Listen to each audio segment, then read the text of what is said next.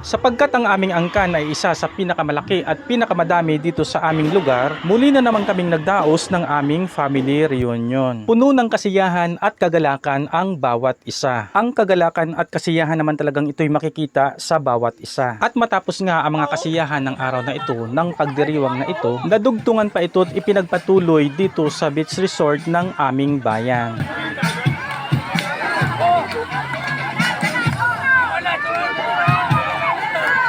At ito na nga, nag-uumpisa ng dumami at lumawak pa ang sayawang ito, ang kasiyahang ito.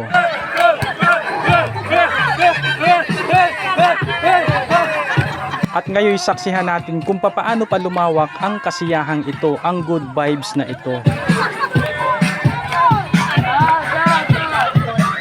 Nagsama-sama ang angkan, nagsama-sama ang bawat pamilya na lalo pang dumami at lalo pang naging masaya.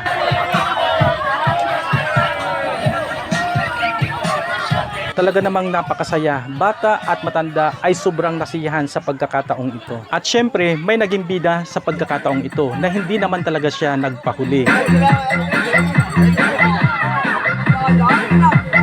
Tingnan nyo naman sa mga galawan, panalong panalo, hindi talaga siya pahuhuli. Napakagaling ng nagturo dito. Lakas niya talagang maka-good vibes. At ito nga, muli na natin balikan, pagmasdan ang kasiyahang nagaganap, mas lalo pang dumami ang sumasayaw sa pagkakataong ito. At syempre, para makita natin kung sino sa mga tiyuhin, tiyahin, mga pinsan ang sumasayaw, lalapit tayo. Sobra talaga akong tuwang-tuwa habang pinapanood ko sila. Lalo ako naging masaya, natuwa, napangiti nang makita kong sumasayaw si Ate Winnie.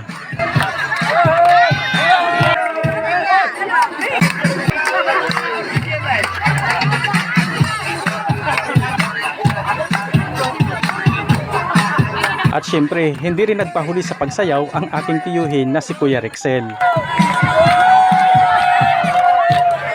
At super alalay naman talaga si Kuya Dangko para makahataw si Kuya Rexel. At hindi rin naman talaga nagpahuli si Ate Ruth, ang mananayaw ng taon. Sobrang napakasaya talaga. Akalain mo, ang pinsan kong buntis, join pa talaga. Ikaw lamang. Ikaw lamang. Hindi talaga matatawaran ang hatid na kasiyahan ng pagsasama-sama namin ito. Talaga namang mararamdaman mo ang hatid na good vibes, positive vibes sa pagkakataong ito. At hindi pa dyan niya nagtatapos ang mga astig, muling nagpakitang gilas. Kung sa mga moves din lamang naman ng pagsayaw, nasa mga astig na yan. Wala na yang tugtog pero ang tataas pa din talaga ng kanilang energy sa pagsasayaw. Maraming salamat pong muli sa panonood.